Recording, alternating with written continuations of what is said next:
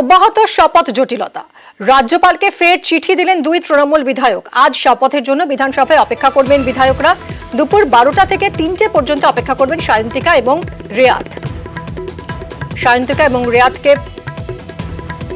রাজ্যপাল তিনি রাজভবনে ডেকে পাঠিয়েছেন শপথ পাঠের জন্য। অন্যদিকে এই দুই নবনির্বাচিত তৃণমূল বিধায়ক তারা বলছেন যে বিধানসভাতেই তারা শপথ পাঠ করতে চান।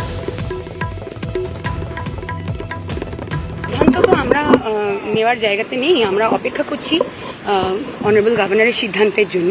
তো আবার আমরা আবেদনই করেছি যে আপনি যদি আমাদের বিধানসভায় এসে অ্যাসেম্বলিতে এসে আপনি আমাদের শপথ বাক্য পাঠ করান।